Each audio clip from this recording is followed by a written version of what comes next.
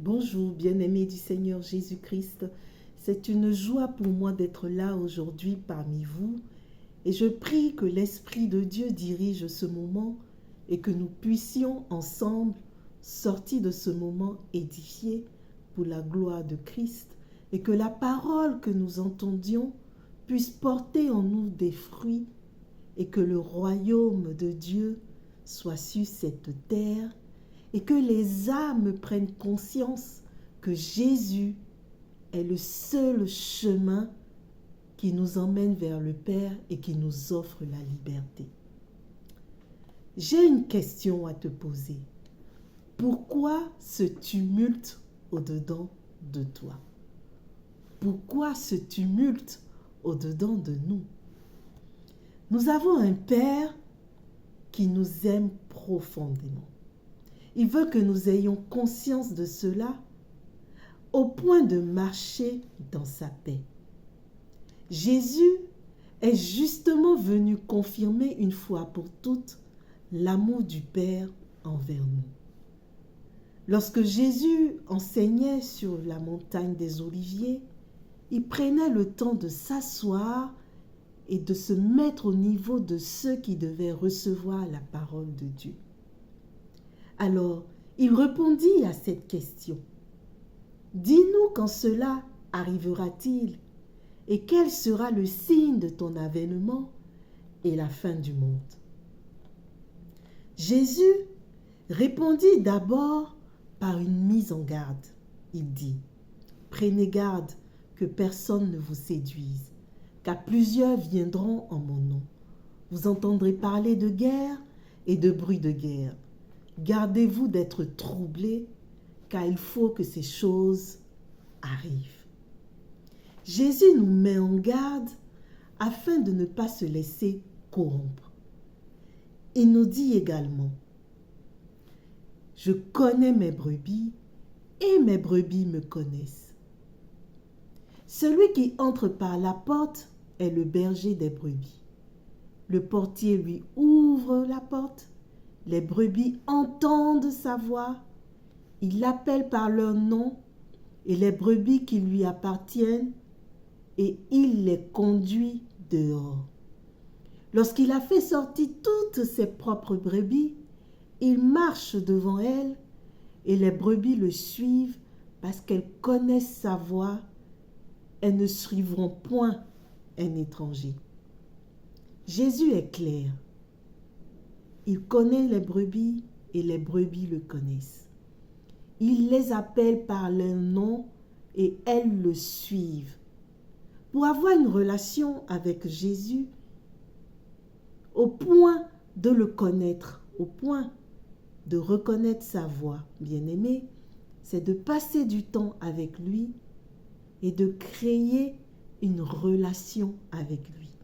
De telle sorte que parmi toutes les voix, tu reconnaisses quelle est la voix de ton berger. La connaissance du berger, de notre berger qui est Jésus, nous empêche d'être entraînés par le séducteur. Parce que le séducteur peut imiter la voix du berger. Et pour pouvoir différencier la voix du séducteur de la voix du berger, il faut avoir pour habitude d'entendre la voix du berger. Et pour cela, il faut pouvoir créer une relation avec lui. Dans ces temps de la fin, si nous ne recherchons pas la connaissance de la vérité, nous risquons d'être séduits et entraînés par toutes sortes de doctrines. Jésus nous dit également de ne pas être troublés, mais de garder plutôt sa paix. Elle est bien supérieure et elle est incorruptible. Il nous dit que votre cœur ne se trouble point et ne s'alarme point. Bien-aimés, nos efforts doivent nous tourner vers le véritable. Nous devons racheter le temps parce que les jours sont mauvais et les ouvriers ne doivent point se détourner de la moisson. Lorsque Jésus nous met en garde en nous disant de prendre garde, c'est bien parce qu'il faut prendre garde. Il y aura beaucoup de voix, mais celui qui sera habitué à la voix de son berger ne sera pas troublé et ne sera pas séduit. Nous ne devons pas nous focaliser sur le tumulte qui vient pour nous troubler et pour nous empêcher d'être dans une quiétude.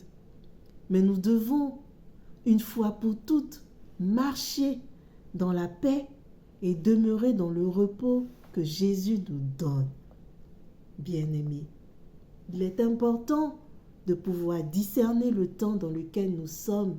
Il est important de savoir que la paix que le monde donne n'est pas la paix de Jésus.